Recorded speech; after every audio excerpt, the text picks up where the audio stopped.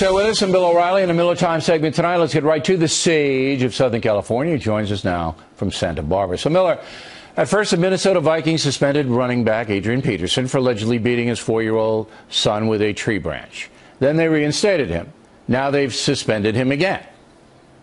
We made a mistake, and we needed to get this right.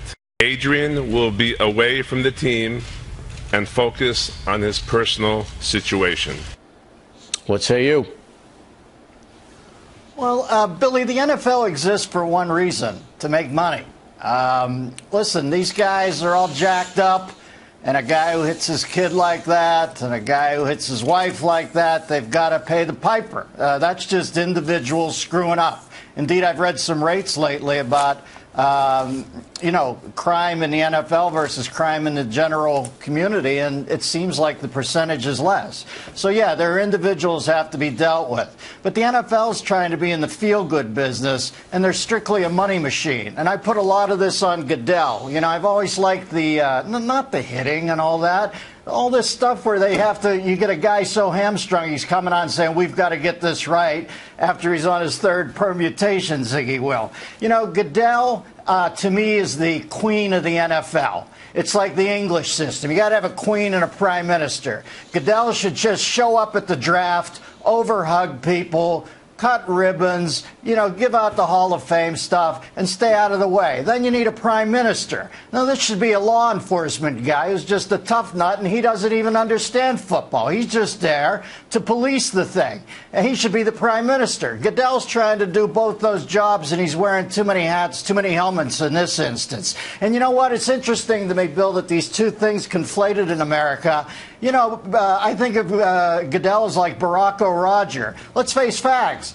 Barack Obama wasn't going to go to the mat about this stuff till there were 2 videos of decapitations.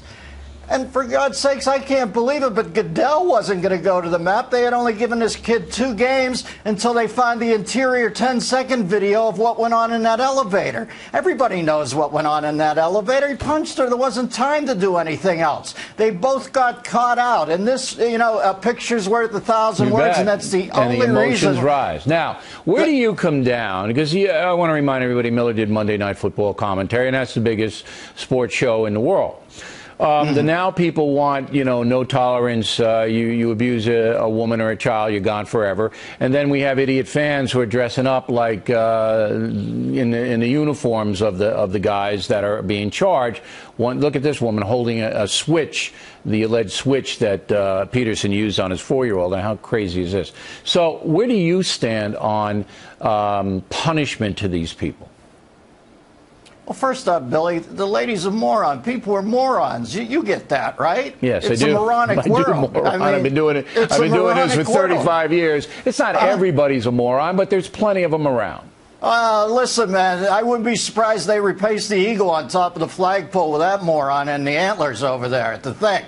People are morons. Where do I stand on this? If I owned an NFL team, if I was Ziggy Wilf, I would have come out the first day. And you know who was right on top of this is Chris Russo. He'd be a good interview, that Mad Dog guy. Yeah. He said, you own the team. You just come on and say, okay, I'll pay you. I understand we live in a weird world where I got to pay you. But you're not going to represent me, Ziggy Wilf. I own the team. Sit down until you figure this out. That's what they should do. These individual owners should do that. Who's figuring out what who's sitting down and thinking, okay, we need the running back. The guy hits his kid or hits a woman to this degree, you sit him down, you go, I'll pay you, but figure it out before you wear my uniform. You're embarrassing me. All right. I think that's coming. All right, now much lighter. 3rd year in a row, Miss New York State has become Miss America. Let's take a look. Clap along if you feel like a room without a roof. Clap along if you feel like happiness is the truth. All right, that was pretty swell. Was it not? She's Miss America. You want to go back to the moronic thing from around 2 minutes ago? Here's the only surprise I had, that Miss America's allowed, or Miss New York's allowed to use a 32-ounce cup.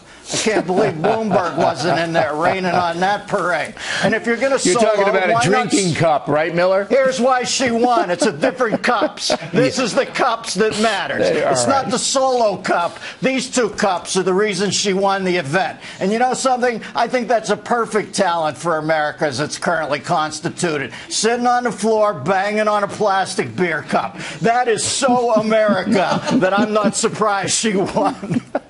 You know, I think this is just a harmless diversion. There's America right there, Billy. Solo I got it. cups. Yeah, you and I are going to be out in the street with cups pretty soon, Millie. I hope you know that. Our days are numbered. But I think it's a harmless diversion. She's a pretty girl. Listen. Seems like a nice woman.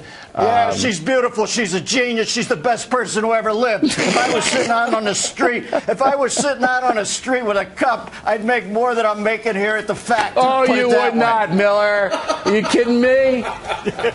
We give you free snacks. All right. Miller and I would like to remind everybody there are just 2 Bold and Fresher shows with tickets left this year.